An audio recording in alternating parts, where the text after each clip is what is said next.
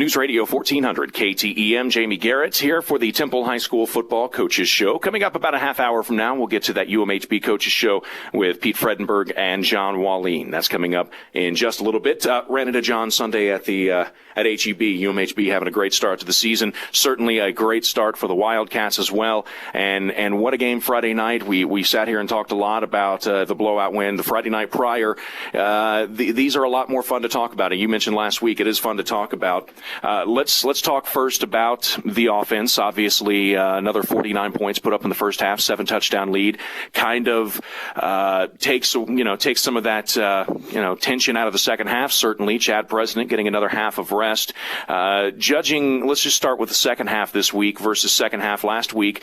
Seemed to have a better grasp of the offense, and the defense came out and seemed to play better as well. Is that what you got from the field level as well? We did, Jamie. Our whole theme has been this year is that we can't do anything about our opponents, but we can sure do a lot about us, and that's kind of been our focus throughout this whole preseason, and then now into our first district game. Is that we're going to focus on the Wildcats and then let the chips fall where they may, and that's the one thing I was really, really proud of Friday night, was that I felt like our guys stayed focused on the mission, and University can present some issues and some problems, and I thought we took care of that. I was real excited again to get a lot of kids into the football game, which I thought was really good. I let Cole come in. We actually, with the exception of Chad and Jeff, put our starting O-line, our starting receivers in that first drive of the second half, because I wanted to see Cole operate the offense, and Marcus was in there with the starters in there. I think that was some valuable experience, and he took us down, he scored, and then we pretty much kind of emptied the bench and let everybody play. Again, can't say enough about where I think we're getting defensively. We're certainly not satisfied. We got a big one this week against Manor. That's a quality opponent, no question about it. Team probably ought to be 4-1 at this point. And, so we've our whole deal's been about taking it week at a time and getting ready for the full meal deal, not just getting satisfied with one win. And certainly for the offense on Friday night, scored at will in that first half. We didn't see a lot from Jeff Carr in the second quarter. He had a couple touchdowns on, I believe, 6 carries or so for 50 or so yards, but didn't see a lot of him in the second quarter. Obviously didn't see any of him in the second half. Was that just by design, keeping him fresh? A little bit, Jamie. I mean, one of the things that's kind of been going on, Jeff tweaked his ankle against Westlake, and so really these last 2 weeks have been good. Of course, then we didn't play at Bryan, and he was still a little bit tender going into the game with Heights. Now, he played very, very well against Heights, and then it was just another opportunity, and now he's full speed, 100%. I think it was a good opportunity to get him back and get him rested, so to speak. And plus, it gave Marcus some real quality touches and quality carries. We consider both of them starting running backs, by the way. We don't just look at Jeff as our starter. Jeff's special, there's no doubt about it. I think Marcus is special. All enhanced by the job I think we're doing up front right now. And certainly a great job up front. Let's jump ahead. I'm just jumping all over the place here. A lot to talk about as we continue with the Coaches Show. We'll talk defense with Scott Stuart, defensive coordinator, coming up in our second segment today. But when you go 2 and 3 deep on a team, you never know what you're going to find. But Neely, he's a lot of fun to watch. He is he's very, very quick. He's hard to keep. He's like a pinball machine sometimes in the middle of the 10 or so guys around him. Well, we're not surprised by what Devontae's doing. I mean, he's a junior running back for us that just happens to be playing behind 2 really good senior kids. And Devontae is going to be a kid that we're going to get to cut loose next year, and we're looking forward to big things out of him. Thought he played very, very well. Thought Cole Martin did a good job. I thought our backup group of receivers came in. David James played well at the slot receiver. I thought Jordan Lee did some things on the outside. Kervon Cunningham again at the slot. So, we were able to get a lot of kids in there, plus our 2 O-line. And get some guys some experience, and I think that always pays dividends. I don't think there's any question about it. Well, certainly one of the things that you look at in a game that gets ugly by halftime is certainly the possibility of it getting a little chippy. You always look for that in games like this. And there was certainly some chippiness in the first half. Had a University player ejected for pushing an official. First time I've ever seen that. But I think the team showed a lot of maturity in its ability to stop at the whistle, not answer back if there was any talking, not do a lot of talking. They just handled their business. Yet at the end of the game, to see the team jumping up and down and celebrating like a mob down on the field, it showed that there is passion there. But these guys are able to separate that emotion direction from the job at hand, and it's shown in their maturity the last 2 weeks. Well, Jamie, I couldn't agree with you more. I mean, I thought there was a point there, and I've tried to explain to our kids, if you go out and I told them at halftime, if you do what we're doing to an opponent, they're going to get frustrated. And I'm going to tell you this, too. Keith Willis, the head coach over University, I have a ton of respect for Keith, and that's not indicative of the fact that program or that Keith's doing anything. Those kids just got frustrated. It just is what it is. And our kids have to learn how to respond to that. That's one of the things I preach to them. I talk to them about on Saturday morning, is that when those guys get to that point, that's a good thing. When you've got your opponent frustrated, that there's nothing that I like better than frustrating our opponents. And so if we do that and we learn from that, and we've got to learn it, we can't retaliate to that. We can't. And honestly, I looked at the official pushing the official thing on film. I'm not real sure the kid realized that it was the official that was trying to pull him off, to be honest with you. Just looking at it on film, he turned around, maybe thought it was one of our kids or something, and pushed whoever was there, and it just happened to be that official. So I don't think that's an indictment on the university program or anything like that. And I think the thing we learned coming out of it is we can't respond to that stuff either.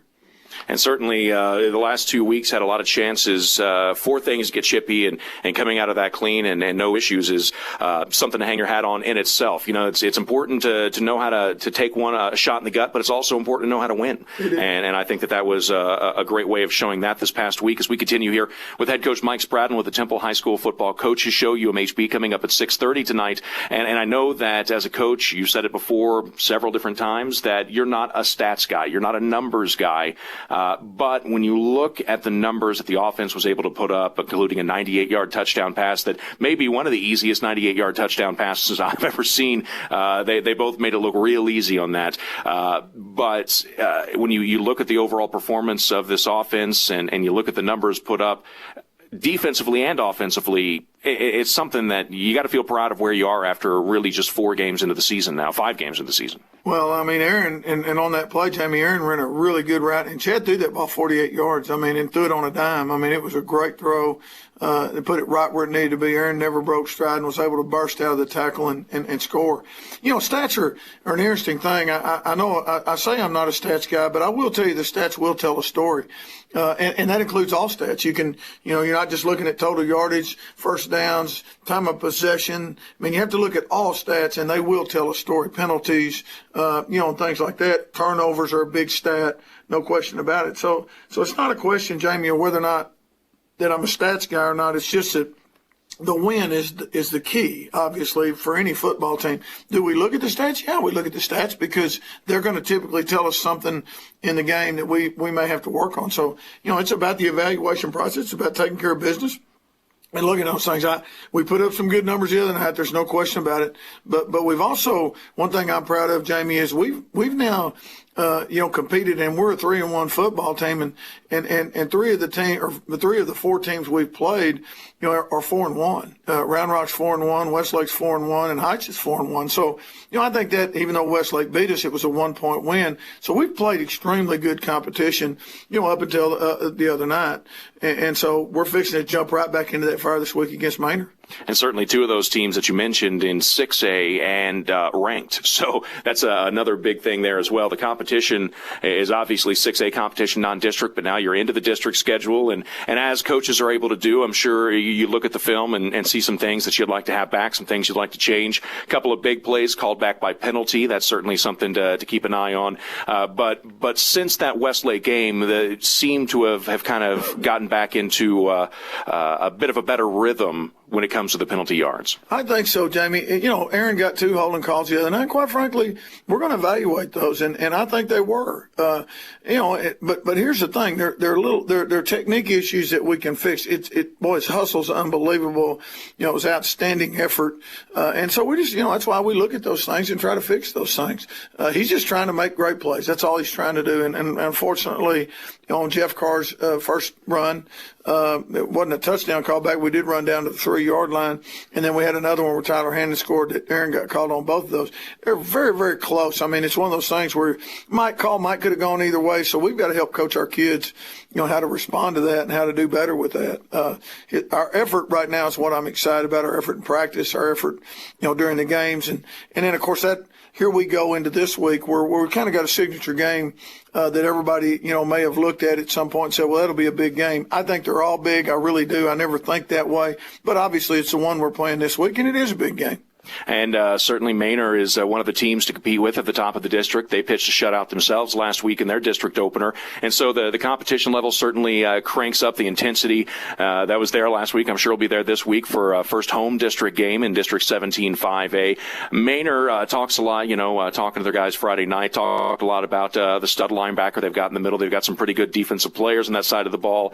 But offensively, not going to change what you do. How does what you do match up against what they're going to bring defensively? Well, and that's kind of where we're at, Jamie. I mean, we're going to do what we do, and that's, we think we've got some matchups. We think, they're very good. I mean, number one, outside linebacker for them is a very, very good football player. They're very big up front. They're fast in the secondary.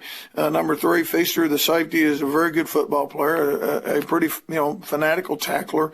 It's just one of those games. I'll say this. I think it's a big game. Of course, I think they all are. But I love coaching in games like this. I always have. I've always liked putting our kids in this situation. I'm not a guy that shies away from letting our kids know it's a big game. I think if you don't, you run the risk of them playing it up and you're not, and you just go in there like it's just another game. I am going to tell you that all hopes and dreams don't come down to this game. There's still obviously 4 more to play after this one. So you don't just necessarily roll all your stuff out there, but the bottom line is on Friday night, it's the game in town, and it's the game, and we're going to try to put every ounce of energy we have and every bit of focus we have on that game. All right. That sounds like that's going to be a pregame locker room speech. I can feel it developing already. We're going to take a break. We're going to come back more with head coach Mike Spradlin, and we'll also talk with defensive coordinator Scott Stuart about that defense giving up roughly under 100 yards total offense to University on Friday night. We'll talk to Coach Stuart coming up here in a couple of minutes. Don't forget, if you missed part or a good chunk of the show, you can always go to ktemnews.com, and I will have the audio up there. It's up there right now, as a matter of fact. So you can always go back and listen to the audio afterwards if you missed it, and find out what's going on here with the Temple High School football coaches. We'll take a break, come back right after this with more on News Radio 1400 KTE. News Radio 1400 KTEM. Welcome back to the Temple High School Football Coaches Show. I'm Jamie Garrett. Don't forget, coming up here in just a couple of minutes, we're going to have the UMHB Coaches Show as Pete Fredenberg, John Wallin will be live with you from 6:30 to 7 tonight. And, of course, they've had a great start to the season. I'm here with head coach Mike Spradlin, defensive coordinator Scott Stewart, and Coach, you talk about some of the offensive numbers you've been able to put up over the last couple of weeks, especially in the first half of games with the first team in there. We're talking over the last 2 weeks. My math ain't real good now, but 129-14, I think, is what we're looking at score-wise over the last 2 weeks. But for all those eye-popping numbers, I think most people that have been to the games and watched the games would say it's all started with the defense. Absolutely, Jamie. I can't tell you enough what's happening right now. And the reason we're able to do some things we're able to do as a football team is with the job that we're doing on defense right now. And it's just, we're getting the ball back fast. The 3 and outs just create a whole lot different momentum, and getting the ball back as fast as our defense is giving us the ball back right now has made a huge difference in our offensive production numbers. So, as a unit, I think we're getting more and more pleased with the product we're putting on the field. Obviously, we haven't arrived yet in either phase or any phase right now, but we're certainly playing good. And I think our defensive football right now, I can't say enough good things about what a job I think Scott and his staff are doing and what a job our kids are doing. And certainly, Coach, when you talk about the numbers that the defense allowed last week, if you looked at it on a 1-week scale, as we're talking with defensive coordinator Scott Stewart, you could say, yeah, but it's University. Yeah, but you could have some yeah buts. But 2 weeks in a row and the week prior against Harker Heights, against a team a quarterback in the past that has really given Temple fits from the offensive side of the ball. You can't say, Coach Spradlin said it, you can't say enough about this defense, but let's try. This defense has been absolutely phenomenal. Total numbers, did you end up giving up less than 100 yards of total offense last Friday? It had to have been pretty close. It was 79 yards. It was 90 total with the penalties, 79 yards. And that's an accomplishment. But, again, I'm not one that's quick to brag. And I'm going to tell you, I'm the counterpart of Coach Spradlin.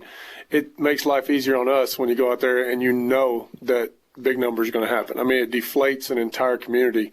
It takes the fight out of the offense sometimes, and that's happened the last 2 weeks. And our kids have played extremely hard. We've got a lot of stuff to fix. We've got some technical issues and some schematic issues that need to be adjusted and fixed. But anytime you play hard, that's I told the kids that's what I want on my tombstone is I want to be known for teams that play hard, and right now the kids are buying what we're selling, and I'm very proud of their effort. And but again, when you can walk out and hang 70, hang 49, hang those kind of numbers on it, it takes a little bit of the pressure off. And as you said it about the community, but it takes the spark out of the team. When you saw the Wildcats come out and do what they did defensively to University on Friday night, you would see the offense for University then come back out absolutely deflated.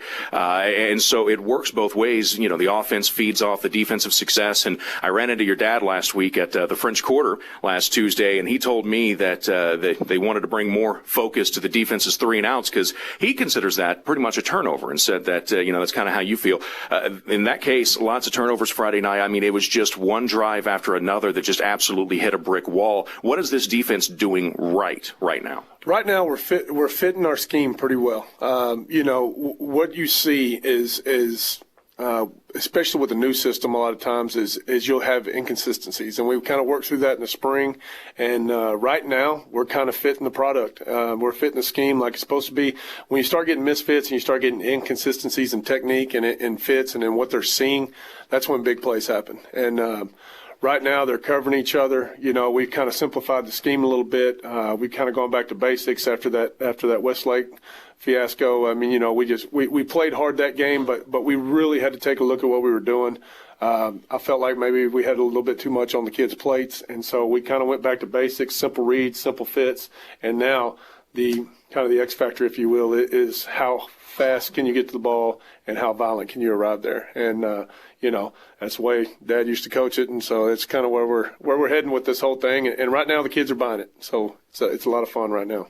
And certainly the defense there in the middle, I said it last week, and we spent a good deal of time talking about Quentin Smith and Ty McCorkle, your linebackers. And when you've only got 2 linebackers on the field, they are very, very important, and they've been playing phenomenal. Let's go even deeper than that. Let's talk about the 2s that came in on Friday night. You had a couple of guys in there, number 44 and 21, that came through and were bringing the lumber on some hits and spent a good deal of time in the backfield as well. Might want to take up some property back there because they spent a lot of time there. Be better for their taxes that way. So the linebacker core that you've got now seems to run too deep of guys that can get out there and make big plays, and that's exactly what you need from that position. Absolutely, and the good thing is, Ty McCorkle's a great leader out there, and he's running the box is kind of how we refer to it. But he's the only senior out there, so. They are doing it. I have to brag on the D-line. I can't say enough about those guys because here's the bottom line. If linebackers aren't getting blocked, if they aren't getting people on the second level, then it's easier for them to run around and make plays. So they are doing a good job. They're seeing their fits right now. Rogers Franklin is a sophomore that's come up and played really well. Corey Mann's a junior. And then obviously Quentin Smith he's turning into kind of a different creature with kind of the tweaking the system a little bit for him to kind of allow him to play to his strengths. But, again, those guys, I'm very proud of them. But we got 8 guys that kind of roll up front, and they're kind of keeping people out of their kitchen right now. So I can't say enough about those guys either. Looking ahead at the game this Friday night, certainly the competition level will ratchet up quite a bit. And after 2 weeks of just dominating defense, I'm sure you expect the same. But what do you see from the Manor offense that is what you're focusing on, obviously without giving any hints to spies that may be in the area? I'm learning this quickly. People are very worried about spies. As a matter of fact, in the press box last Friday night, I was talking to Manor about what they were going to bring, and they were acting like I was Bill Belichick and they're trying to steal their secrets or something. So without giving away too much, what does Manor bring offensively that you're going to be focusing on this week? Well, they're very athletic, and they do, they're very balanced in their run pass. They like to get people in space. So it's going to be a different kind of fit, and that's what it's going to be. There's going to be a premium on tackling in space. That's what the spread offenses do. I think Coach Spradlin will attest to that's part of our success. That's what spread offenses do to you. They get athletes in space, and then you got to be good tacklers. So we have spent an inordinate amount of time working on just the different tackles, the footwork that goes along with that. I think our scheme will be, we don't change the scheme for people. We just, you change your defense every week, you're going to get in trouble. So we're going to tweak our defense. We'll give them a couple of different looks to their formations, and now we've got to get our behinds to the football, and we've got to tackle well. Now, when you look at an offense that spreads the field, that certainly seems to be what the 4-2-5 defense is kind of designed to stop, getting that extra defensive back out there. But going back to the linebackers, what does that do to them and their assignment when you've got a team that wants to get space, wants to hit those quick screens to the outside? Just fundamentally, the core of your defense. What do the linebackers, what are they expected to do in that situation? Well, the beautiful thing about a 4-2-5 is I can leave the box alone when I want to. I mean, we can tweak the box. Again, we refer to the box as the 4D linemen and the 2 linebackers, and we'll change our alignments on the third level, which are with our 3 safeties, to kind of keep what those 2 are doing pretty simple. But when they do see it, when they do see the horizontal screen game, we're going to try to corral it back to them, but they got to get going. And if they can see it fast and react fast and get into space fast, we should have numbers there. Now it's a matter of executing against people that do it very well and are very, very athletic. So, the beautiful thing is it doesn't stress them as much as maybe some different schemes because of the extra DB and because we leave the box alone. So we're looking forward to it. I love these kind of games. These are signature games, and I like being a part of kids that want to be a part of games like this, and I like coaching in them. So we'll see. How much of what you use with your defense out there, do you ever, and I asked Coach Spradlin this question last week, do you ever take time to kind of look at the overall big picture of things? I know everything's compartmentalized here, and your focus is on the 11 guys across from you Friday night, but this is a chance now for Temple to put really a stamp on this district in the first year in this district, and playing a lot of these teams really make a statement that could resonate for years to come. I know that you're much more focused on the job at hand than that, but that's certainly got to be something that creeps into your mind, especially with your history here in Central Texas going back a couple generations now. Yeah, I love being back in Central Texas, but, I'd love to provide somebody with some water cooler fodder. But, I have always believed, I will always believe it ain't about anybody else. I mean, if we are who we are, and if we go handle us, then I'll take whatever comes. I don't put a lot of stock into stats. I know they're important for stuff, but, I mean, we're going to go out, we're going to have a good game plan, and we're going to try to hit people in the mouth. And if we will go execute what we do, again, there's no guarantees in anything, but I'll take our chances, and I will at least be, if we can go out and play hard, play fast, and fit it, then I'll be fine with whatever happens.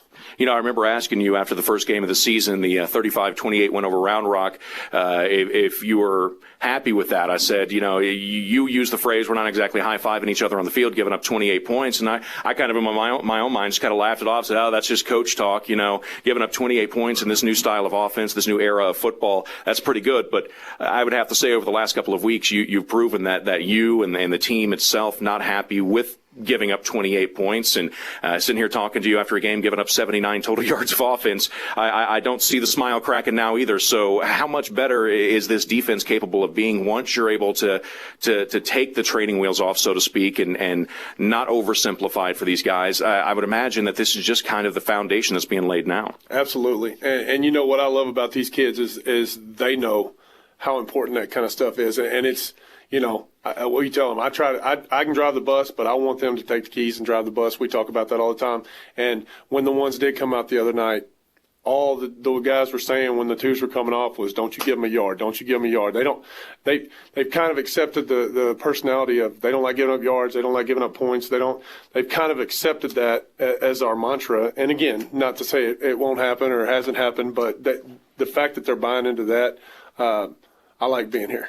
I like being around kids like that, and these kids, they take it very personal. They like being recognized for a defensive, especially in a Mike Spradlin, light up the scoreboard offense. They like the recognition, and I like being a part of that. And again, we weren't high-fiving people after that because, we gave up 5 first downs. So, and I know people chuckle, but again, I go back to my father, but the day you get satisfied is the day somebody gets an edge on you. And it's not that I'm not very proud. I'm very, very, very proud. But it's hard for me to sit back and say, okay, we've done a good job, because there's always something to fix. There's always something to get better at. I think if you watch me, I'll be coaching the third-string kid with 38 seconds left just as hard as I'm coaching on the first play of the game. And that's the only way I know. That's what you have to do to be successful. Well, 79 yards of total defense or total offense given up to University on last Friday night.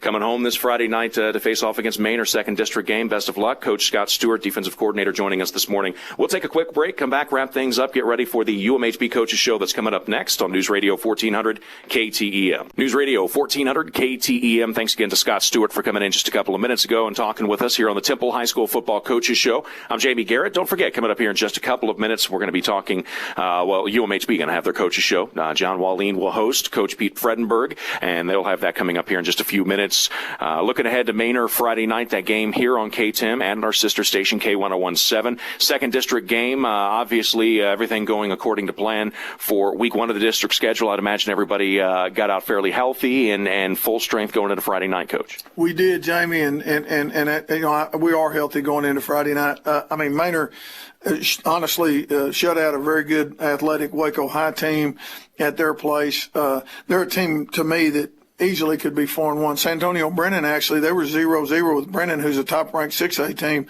going into the fourth quarter. So, that one got away from them. Should have won their first game. They went for two, didn't make it to win that game. And then I kind of consider, it beat a good Shoemaker team in Killeen, and I kind of consider the Killeen game kind of their anomaly. It was a game where they turned the ball over, made some mistakes, made some errors, and wound up losing that game against Killeen. And Killeen's a good football team, but they were kind of attributed to their own demise. It's kind of the game when you put it on, you say, well, that's really not them. I don't know if that makes sense or not.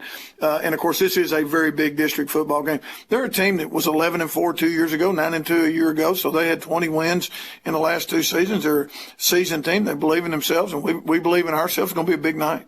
If you had one key offensively looking into Friday night's game, whether it be a player we haven't talked about, what area of the game? I know you need 11 guys, but what area of the game do you think is of utmost importance Friday night against Manor? Well, I think it's two things. Offensively, it's going to be what we do up front. I don't think it always is. We're going to have they've got some good guys. We've got some good guys. We're going to have to get physical because they're going to be physical. And I think defensively, we're really looking at the same thing. We've got to. I know Scott said it and when he was talking to you, got to tackle well in space. They're going to try to put some pressure on you in that respect. If we do those things, I think we'll have a great opportunity to be successful. Who, I know individual, calling out individual players, stuff like that. It's a team effort, but who is the best tackler on that defense? Well, it's hard to say right now. Probably Quentin Smith's doing as good a job tackling right now as anybody we have. But they're all becoming good tacklers. I think that's what's exciting to watch is that our kids are learning. I know Scott mentioned the fits thing and all that kind of stuff. That's all what defensive coaches talk about. But we're doing that well. And we'll have to do it well, obviously, Friday night. Manor's going to put that kind of pressure on us. It's a different deal, Jamie. They're a little different than Westlake, but it's similar. Westlake forces you to play good, and they're going to force us to play good, too. There's no question about it. Well, that's Friday night, 7 o'clock pregame, 7:30 kickoff. We'll talk to Coach Spradlin again Friday night during the pregame show. And that game, again, will be here on KTEM and on K1017. Stay tuned, just a few seconds away from getting that UMHB Coaches Show kicked off next, right here on News Radio 1400 KTEM.